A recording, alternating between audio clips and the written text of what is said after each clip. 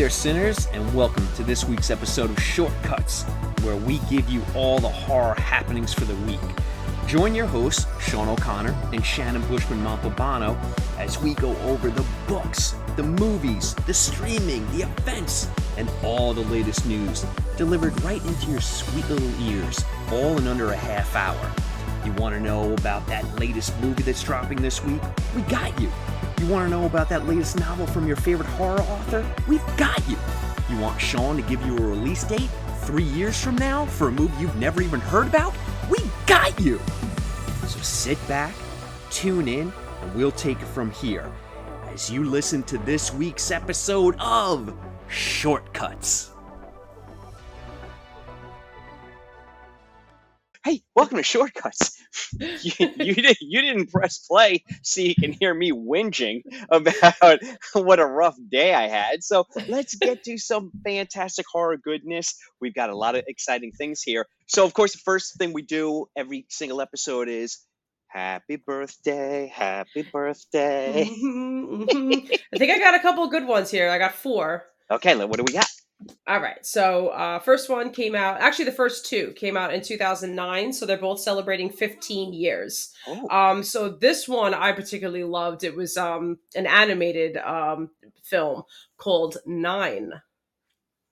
Elijah Wood. How about that? That's right. That? Saw it in the movie theater. I love that. Crispin Glover. Yeah. I love that movie. Oh, that's a good movie. It's a great movie. Dude, I'm gonna have to rewatch that this week. Yeah, and that's the one that released the trailer with the most epic Coheed and Cambria song I've ever heard.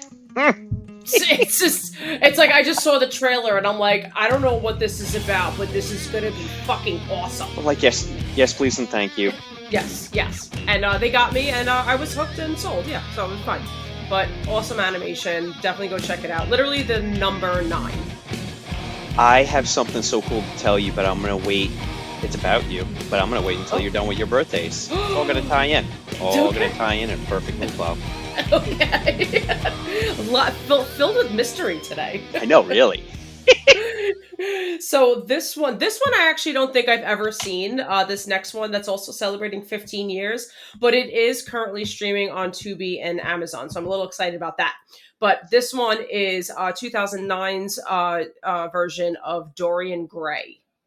So this is the one featuring Ben Barnes. Oh, never saw it. Any Colin good? Firth. I don't know. I never saw this one. It's on Tubi. I'm gonna watch it. Yeah, it's on Tubi and Amazon. But yeah, Tubi. Yeah. So sweet. Yeah, exactly. So I'm excited about that. I love both those guys. So yeah, I'm in. Boom. Love it. Huzzah. This one I can't remember if I've seen. I think I've only seen the original, but just saying that out loud. But this one's celebrating 20 years, came out 2004. This is Toolbox Murders. Okay. Never, oh boy, I'm going to get in trouble for this one. Never saw this. Never saw the original. You never saw the original? Okay. The original, I mean, I don't know. I feel like people like it maybe more so for the title and it's, I don't really know, but it definitely does fall flat for sure. Okay. Oh, okay. Very story driven, like a lot more story driven than I thought. And then it just kind of like ends and you're like, ah. The original one scared me when I was younger, so I stayed away from it. Fair enough. Okay.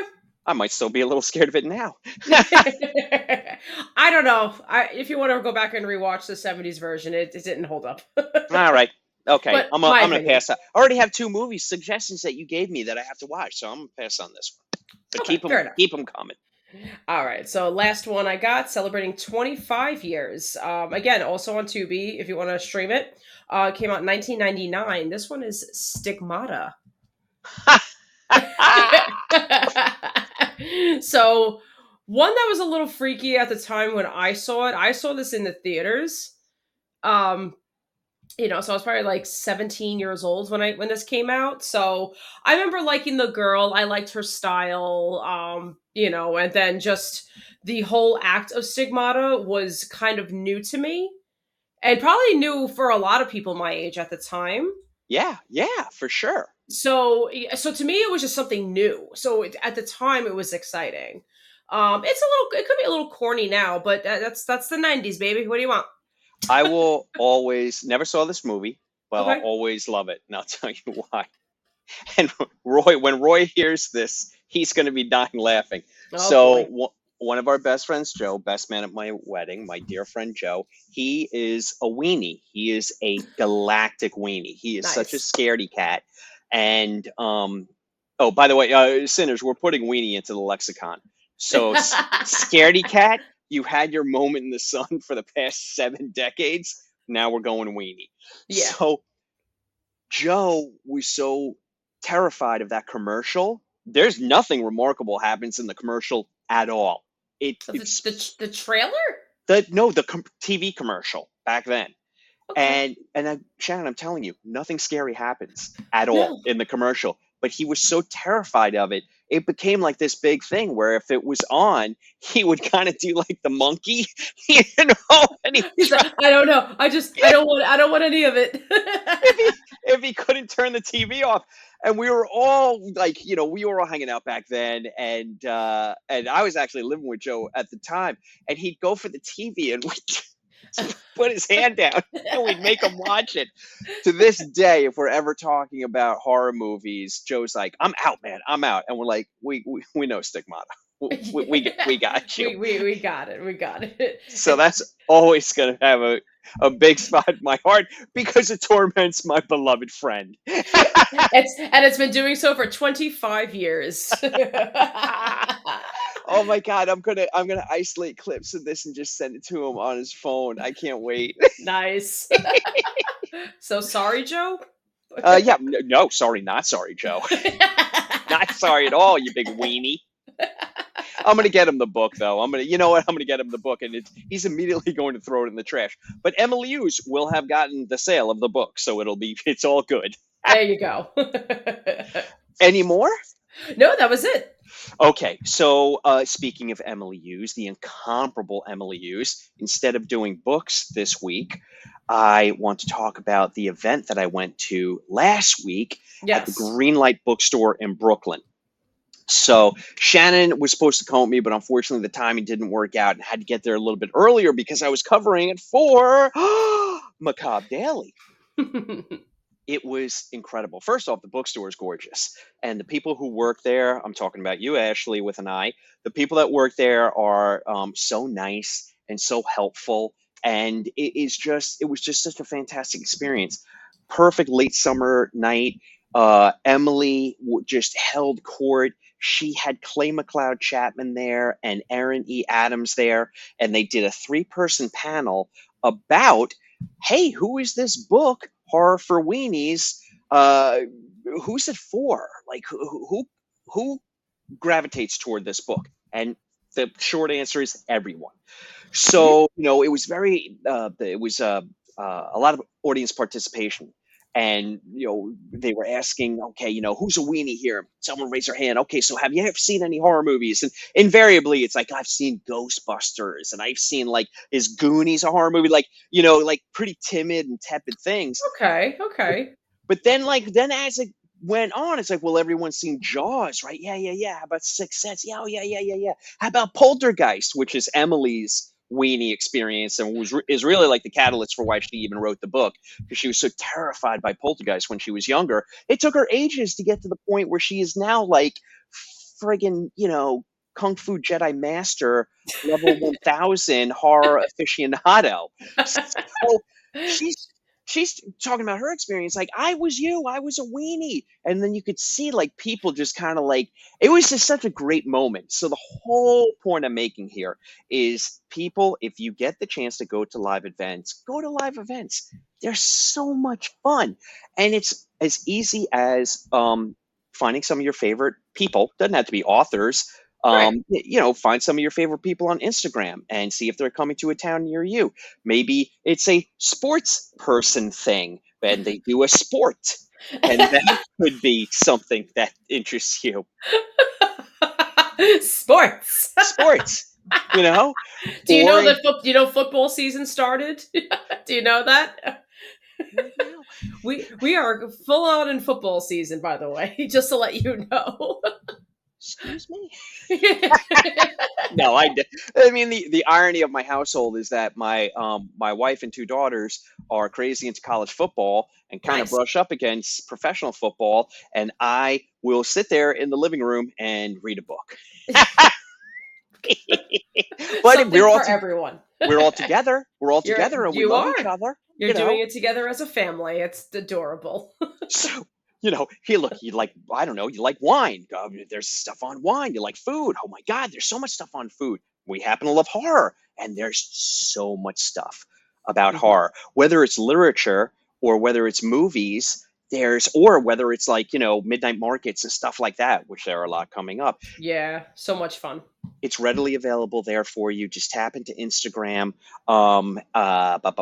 and go to your favorite author's webpage. They'll have an event, Yeah. most likely, and they'll let you know where they're going to be. So, with that in mind, I think we are going together. I hope you're coming with me on Sunday. I said yes. Yes, you did. You did. You did. I was just building up dramatic tension, which there was none whatsoever. So this is going to be hosted by the Twisted Spine Bookstore. How great is that name? Oh my That's God. a great name.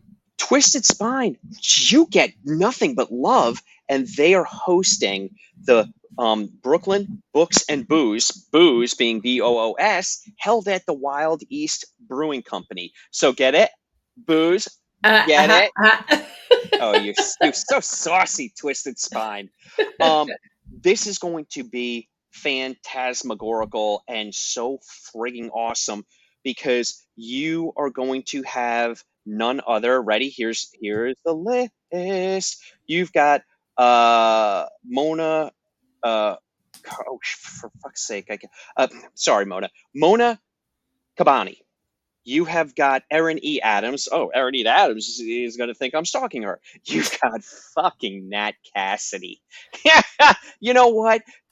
I think Nat Cassidy is becoming like the Tiger Beat teen heartthrob of this podcast. That's what I think is happening. You've got Meg Ripley is going to be there, and you've got Joshua Pangborn and Joseph Pesavento. Sorry, Joseph. Pesavento and Mark L. Abbott, and you've got friggin' Clay McLeod Chapman. Unbelievable lineup. Yeah, this is what I'm talking about, everybody. It's going to be a book fair. It's going to be held at this incredible brewery. It is sponsored by an incredible bookstore, and it's going to be nothing but fun. It takes place on the 15th, this Sunday, from 1 to 4, and that is at the Wild East Brewing Company. And Wild East Brewing Company, if you don't think I've already gone on your website and checked out every single beer that I'm going to put in my belly, and you don't know me very well, do you? And I'll be taking some home too. Yeah. So that's what should be so much fun. Yeah, that's what the book segment's all about tonight. Just to tell people to get out there, man. Get out there. Yeah. Go meet some people. Why not? Yeah, I get it. Summer, you got your beach and barbecues and all that good stuff. But you know what? We're getting into spooky season now, and what could be better than going and seeing your favorite spooky author? So yes. All right, are you ready for some news? I'm ready. Hit me. All right, let's go. Mike Flanagan's Hush. You ever see Hush? I loved Hush. I friggin' love Hush. Yeah, there's one scene that I can't watch ever again. With the arm.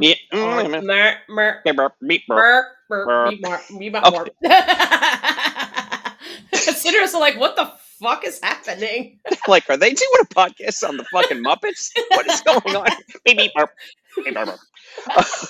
So, you and I love Hush. We're going to have to do Hush, and I've started to cobble together a list that I'll send to you of my possible choices for 2025 horror movies, and then you'll put your horror choices for 2025 horror movies, and then we'll bracket them out, and then we'll come up with our list. But Hush is on there.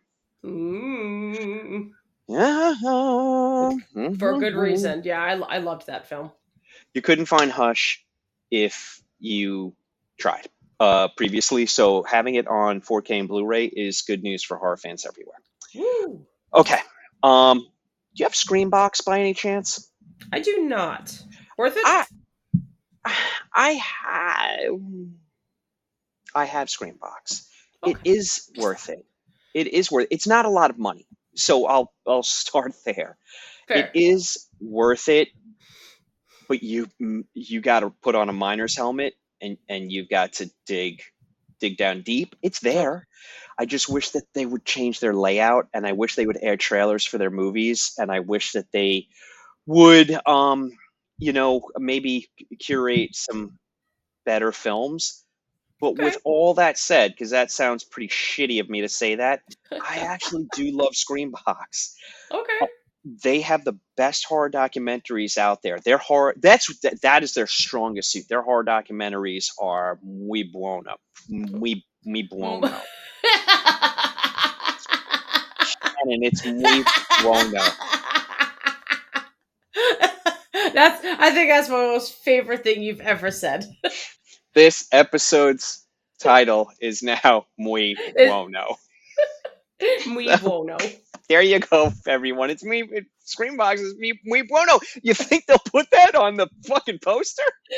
I hope so. Oh my god. I pay to have that poster. It's worth having. They seem to really tap into a moment because they had a Terrifier, and Terrifier 2, of course, and then they'll have the third. market Yep. cornered on Terrifier 3. It's worth it, but the whole reason I fucking bring it up is because they actually have an original coming out. It's called Tales from the Void, and it's an anthology, and it's coming out this Ooh. October. So look, I don't want to speak for you, but I know you well enough that I think when October rolls around and you start digging into your horror anthologies, it's the perfect time of year for that, right? Mm-hmm. Absolutely. Oh, just give me all the horror, right? Every once in a while I'll actually maybe not the whole thing from front back to from front to back, but I remember there was one time where I had friends over, just for whatever, maybe a game night or something like that. And I remember I would just, there was a lull, we broke away from the game or whatever. This one went to the bathroom, that one went to get another drink or whatever. So then I remember I went into my my library. And it's extensive, people. It's extensive. Yeah. But just on my bookshelf, whatever. And I grabbed out my complete version of Scary Stories to Tell in the Dark. So, and then I just went out and everybody kind of started collecting back again. I just literally flipped it open, and because most of those are a page and a half. They're very quick. Some of them are funny, some of them are scary. So it almost didn't matter which one I grabbed, and I just started reading one, and I grabbed a funny one. So yeah, oh my god, nothing. I remember the last time I did that, but yeah, it was just a random. I'm just gonna go grab that book, and I'm gonna do a quick little story time.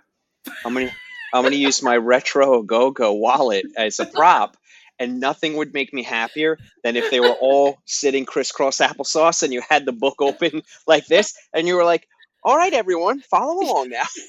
Yes. Oh, I don't care what happened in my mind. That's how it happened. And I'm so happy. I mean, everybody was sitting and I was standing, so you're probably close. This is so delightful. This is and nobody stopped me, obviously. So I mean, Scary Stories to Tell in the Dark, that friggin' anthology. I mean, the artwork. Right? There's been nothing like it ever again. No. Ever again. It's so muy bueno. I can't even tell you how muy bueno it is. I'm going to scissor my tongue off when we're done with our recording tonight. Anyway, okay. Oh my god. All right. Oh shit. I think I want to save this one for last. Okay. Do we have time? Oh my god. I forgot to tell you my great thing about you. You know why? Because it's about you and not me. So I was like, disgusting. I'm with friends this weekend, and we're talking about the podcast, and they were very encouraging and loving and had nothing but great things to say about it. You know what they love the most? That was nice. We love Shannon's birthdays because it reminds us of movies we forgot, and we love to watch them over again because of her. Oh, Oh, that makes me so happy. I'm about to cry. Right? Yeah. Look at you. And then I was like, and That's my why seg- that's why I like to go back and do it. And that's how just how I filter them, is by going by the milestone birthdays, because there's so many to watch. There's so many. But I love that.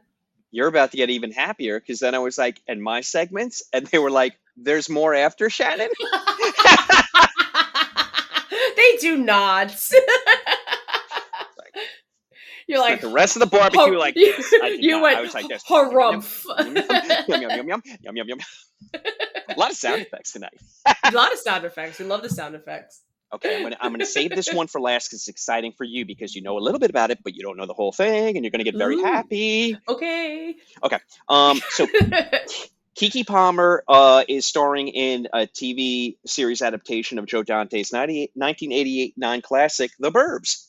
Could be a lot of fun, and I love Keke Palmer. So looking forward to that. James Gunn's Creature Commandos, the animated series, is going to premiere in December, so we don't have long to wait for that. Sorry to bum everybody out. I know everyone's like, it's the first week of September, but December will be here soon enough. And then it really will be. We're gonna blink and like it's gonna be Christmas. Right. That's how it happens every single time. We're so distracted by Halloween and all the fun spooky things, and then all of a sudden we have to prep for Thanksgiving, and then all of a sudden we're like, fuck, it's Christmas. It's like that's how it happens every year. So you might as well just plan ahead, folks. I don't know what to tell you. Renowned podcaster extraordinaire Joe Velasquez and internet thirst trap, we were talking about how we both wish that October lasted 3 months. If October, it does. Well, no, but I mean October itself. Well, fair. All right. Yeah. Like the vibe, right? Like it's not like it's like okay. So for us, like it's Halloween all the time, but in October we genuinely like it's apple season. It's the crisp, cool air. It's the leaves falling. Like it's the whole vibe. So I actually get that. Like 3 Halloweens. I mean, we're talking about all of October. So 3 Halloweens. And look, I'm not saying it has to be consecutive. January, February, fuck off. You're now October. So, yes. Sorry, January and February. We don't love you. Go fuck. You know what? I try. It didn't even feel right in my mouth trying to lie my way through that. I fucking hate you, January and February. I'm gonna murder you. Okay, let's wrap up news. So, how's this for a cast? Gina Davis, Alfred Woodard, Alfred Molina, Dennis O'Hare, Clark Peters, and Bill Pullman starring as retirees in a New Mexico retirement community that have to band together to fight otherworldly forces, coming to Netflix soon. That sounds fun. Right? Yeah. That sounds like crazy fun. I saw that and I was like, I'm getting very excited. And it's called The Burrows, by the way. So that's not sure when it's going to drop, but that's coming to Netflix soon. And I just love that cast. And I kind of love, Cocoon meets, I don't know what kind of otherworldly terrors, but I'm fucking liking everything about that. So yeah. So you think it's going to be a creature feature? That should be fun. I really hope so. Oh boy. And can you imagine if they use practical? Oh, I'm getting ahead of myself. Okay. Here's my last bit of news, and this is the one that is going to really excite you. So we've already announced that Salem's Lot, the new movie adaptation, is going to drop on Max in October. Yes. We reached out to fucking rock star podcaster himself, Eric Hansen from Cradle to the Grave, and I was like, Eric, you want to? Come on, man! You come on the podcast, and we'll cut it up about the new Salem's Lot. And he's like, I'm totally fucking down. And you know what? Let's not tell each other how we feel about it. We'll save it to on air. And I'm like, yes. That's why you're so much better at your podcast than I am. He mentioned that when we did our recording on Cradle to the Grave. So he's like, don't post anything. Because I was thinking about, I'm trying to get into like doing like reaction videos, like before and after. I just posted my first on Beetlejuice. Both Beetlejuice.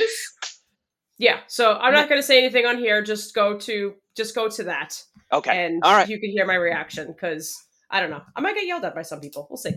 All right. So look, you do as many reactions as you want. Just don't do Salem's Lot, and then we'll save it for on air. All right. Cool. Yeah. All right.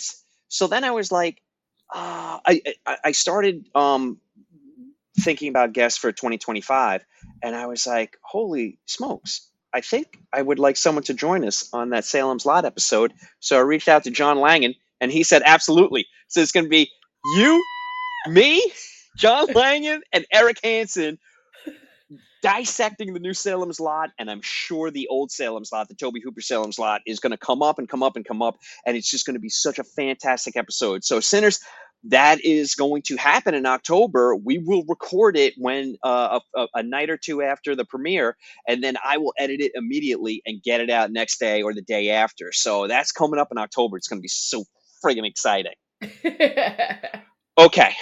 Now, I have 3 trailers. You know my shtick now. I just mentioned the trailers, and then I put them on. So we have got this one I'm actually not going to put on because the trailer is hella long, but Okay. I want the Sinners to go and watch it. It's the Sarah Paulson movie, Hold Your Breath. That's going to be on Hulu. Oh, it takes place in the 20s or 30s in the Midwest during like the Dust Bowl era. It's so atmospheric and so good. Oh my God. I love that time frame too. Oh, it's so good. It's like that Carnival era. Yep. Love it. All right, so these are the two trailers that are going to be on, and enjoy listening to Apartment 7A, the prequel to Rosemary's Baby, which we are going to be dissecting with none other than Sadie Hartman a few nights after that premieres later on this month. I came here for one reason. To make something of myself. To be on stage. To see my name in big lights. But dreams don't always come true.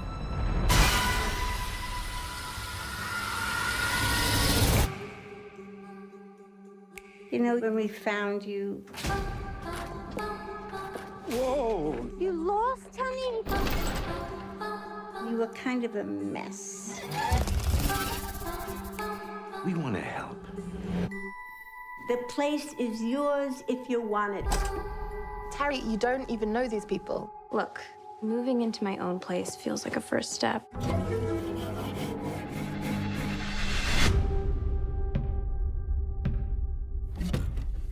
I think this belonged to your old tenant. She skipped out of here like Cinderella at midnight. All I want is to dance. Show me. Again. Being on stage isn't worth this. What's the holdup, dear? Can you just leave, please?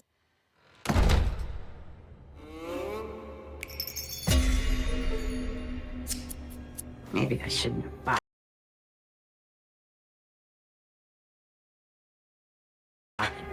every single thing handed to you on a silver platter.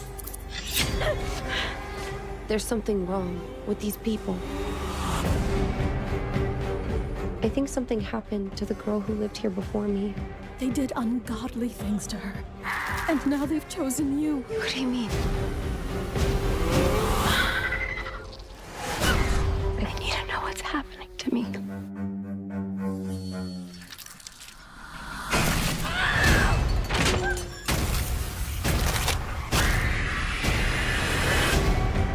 We can give you everything. Your name up in big lights.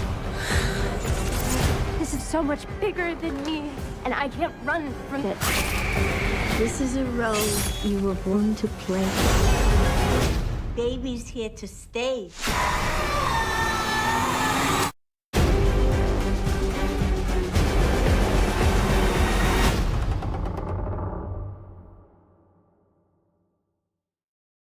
And then you have holy cannoli cakes. You've got the Wolfman.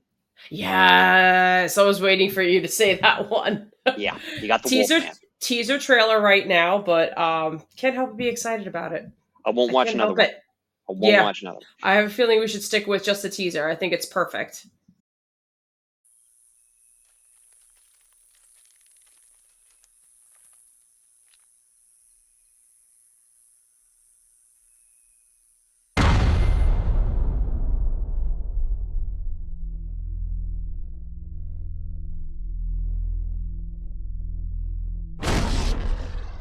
What was that thing, Blake? It sounded like an animal. But I swear to God, it was standing on 2 feet. Daddy, are we gonna die? No, it's my job to protect you. What's wrong with Daddy? He got sick. Blake, Daddy's scaring me! Blake, stop!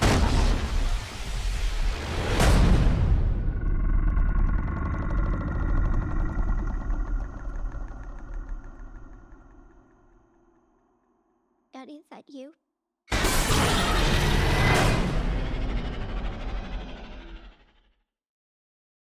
And I had a little bit of a fanboy moment for a second. I'm going to cop to it because I watched the trailer and I was like, oh, it doesn't look like this Wolfman is hairy at all.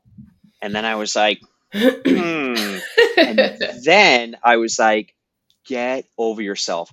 Yeah, I believe it's Lee Winnell who's directing it. Has every right to do his interpretation of the Wolfman that he wants. I've barely seen a frame of this movie, and I was starting to be like, Darth Vader's lightsaber's not that long, so fuck me and fuck that and fuck everything, and I'm not going to be that person. All right, you got to take us out of here. We got to talk to Renee. All right, see you on the other side. Yeah. Boop, boop. Thank you for listening to this week's episode of Shortcuts. I hope you enjoyed hearing it just as much as we enjoyed recording it for you. If you did enjoy it, would you please leave us a review on Instagram, YouTube, Spotify, the bathroom wall at the local gas station, wherever. We'd really appreciate it. If you rate and review us, it goes a long way to getting the word out about Sinful Cuts. Can't thank you enough. Until next time,